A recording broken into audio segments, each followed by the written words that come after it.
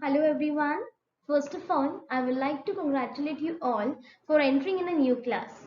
I hope you all have got excitement. You all have raised your excitement level because from today onwards we are starting our virtual studies. Okay, so our first chapter of geography is environment. Our environment.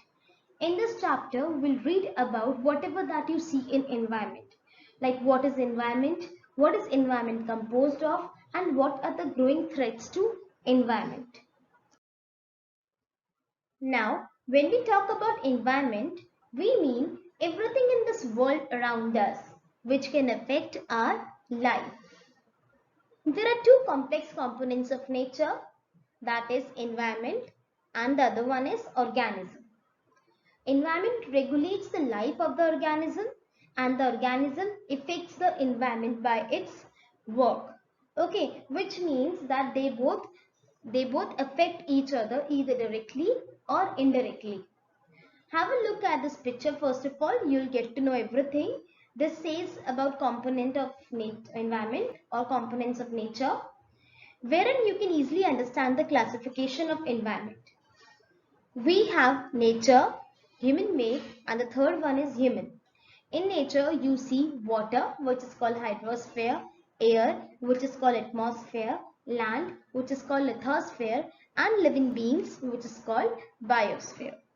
Come to the human made, in which you will see nothing but building, cars, roads, bridges, and monuments, industry.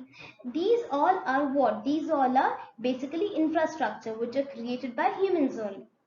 Now I'm coming back to the human category. I'm coming to the last category, that is human. That is every individual like us, like family, community, religion, economic, educational, and political institution. This exists. These all are exist comprising all the individual. So these are three categories which are very essential, forming the components of nature. If you closely notice at this picture, you'll find that everything in this chart is very interconnected to each other. Fine. So we need to protect, we need to use everything in this environment very wisely. Now, let's see the definition of environment. The term environment comes from the French word environ, which means everything that surrounds us. Clear? Environment is the surroundings in which we live.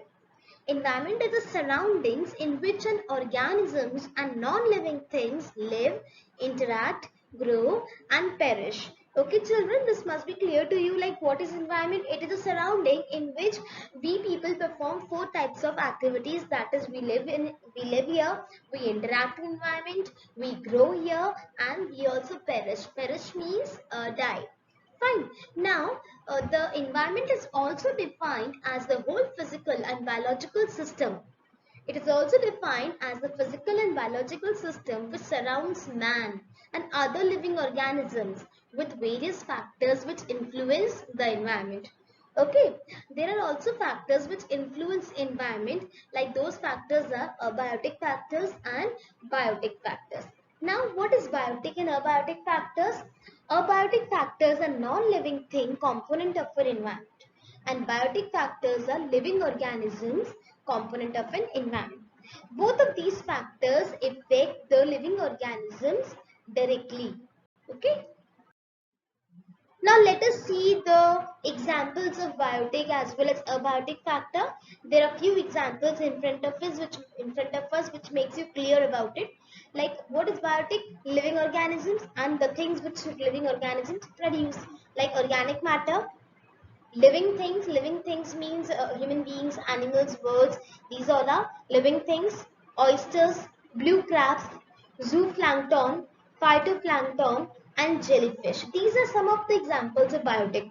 There are other examples also, but these are few examples in front of us. And now abiotic. Abiotic means non-living thing like mountains, soil, water, sunlight, climate, temperature, nutrient enrichment, humidity, and other non-living things like table, chair, mobile phone, etc. So these are abiotic factors. Both of these factors affect the environment. Like if you don't understand the concept yet, I will make it clear in the most simple way now. See, have a look at this picture. Imagine these four circles to the right side of yours as different components of the environment, and then imagine the environment in four different circles. Now try to see those four circles and imagine those four circles into a big circle, and the big circle is nothing but environment. So this is the entire definition of the environment. So environment consists of everything: lithosphere, atmosphere, hydrosphere, and biosphere. Okay, as I have already explained you that air, that is atmosphere, water, that is hydrosphere, land, that is lithosphere, and plants and animals, that is biosphere. These four components, or you can say domains, comprises natural environment. So let us study more about natural environment in detail. First, let us study about lithosphere. Lithosphere is the solid crust or the hard layer of the earth's crust, which is made up of rocks and mineral. It has a very irregular surface, as you can see at the right side, the first diagram. It has a very irregular surface, means very rough surface with various landforms like plateaus, mountains, plains, valleys, etc. It is that domain that provides us forest, grassland for grazing, land for agricultural and human settlement. Lithosphere is the outermost layer of the Earth's crust. Okay, and its depth can reach up to 100 of kilometers. It is covered by a very thin layer of a soil. Okay, this was all about the top layer of the Earth, that is lithosphere. Now let's study about hydrosphere. The domain of water is referred to as hydrosphere. Okay, the domain of water is known as hydrosphere, which is really very important to all of us. You must be knowing very well that our earth is covered by 70% of water, out of which only 0.3% is easily accessible to us, right? Because the drinkable water, or the earth, the water which is available in oceans, rivers, is only 0.3. Otherwise the rest of the water is very salty. Hydrosphere comprises of all forms of water like oceans, seas, rivers, lakes, ponds, etc. Now let us come to atmosphere. Our earth is surrounded by a layer of gas, and that layer of gas is, you can say, attracted to the earth because of the gravitational force. That layer of gas is known as atmosphere. Atmosphere is very thin layer that surrounds the earth's surface. You can see at the last diagram, see there is a layer of gas, this blue color. This is near the earth's surface. Okay, the earth has holded this gas because of its gravitational force, right? And this gas protects us from number of harmful rays and scorching heat of the sun also. The changes in the atmosphere which happens, this is the main reason which happens in the change of climate and weather. The changes in the atmosphere produce changes in the weather and climate. Now last is biosphere. It is that zone of the earth where land, water, and air interact with each other to support life. In this domain, plants, animals, water, everything, all the living organisms interact with each other either directly or indirectly. If you had noticed the diagram which we have studied recently, everything was very interrelated and interlinked to each other. This is that layer of the earth where life exists. Okay, this layer ranges from, see children, pay attention, this layer ranges from heights up to 10 kilometer above the sea level. Okay, its range is from above sea level to 10 kilometers, and which is used by some of the birds also, and its depth is more than 8 kilometers, which is used by many aquatic animals. Okay. The next topic is ecosystem. An ecosystem is a community of a living organism interacting with each other and their non-living environment. Fine. What does it mean, children? It is a community of a living organism in which they interact or in which they are dependent on other environment. Okay. See, all plants, animals and human beings depend on their immediate surroundings. And that's very true. We all are dependent on food, shelter and other things, right? Similarly, animals are also dependent on food and other stuff. We are dependent on our surroundings. We need things from our surroundings in order to survive. Like we also require food, air, water, and we get it from animals. We get food from animals and plants. So we are also interdependent or dependent on them.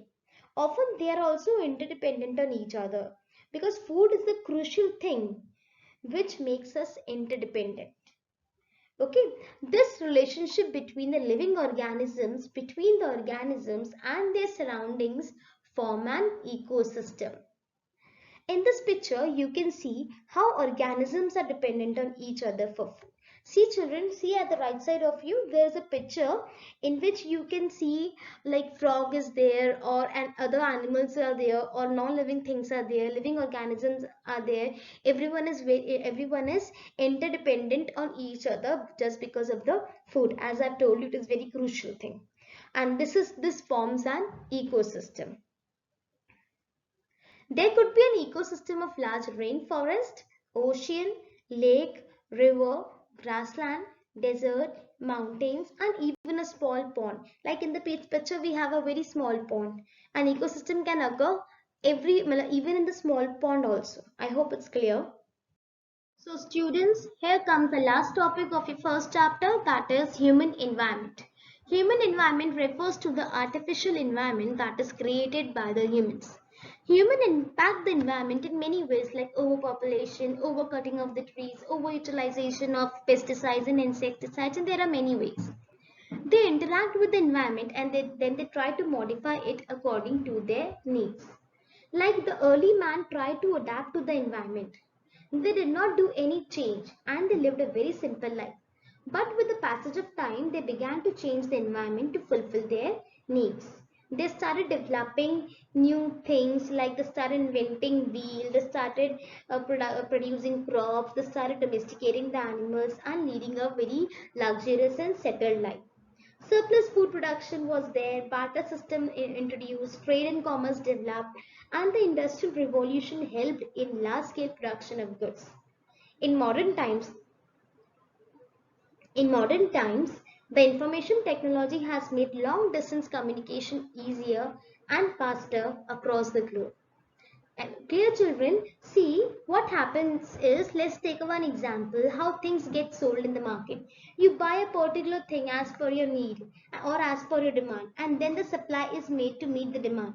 But my question is, where does the supply comes from? It comes from the environment. Obviously, whatever you need, the supply will come from the nature only, and the demand will come from the human beings only. The demand comes from human. So you can depend on each other, or you can say that human and environment are totally depend on each other. You can see this correlationship between the two. Clear children? So with this we have come to the end of the chapter. And we will be discussing the question answers in the next chapter. Till then, study well. Take care. Bye bye.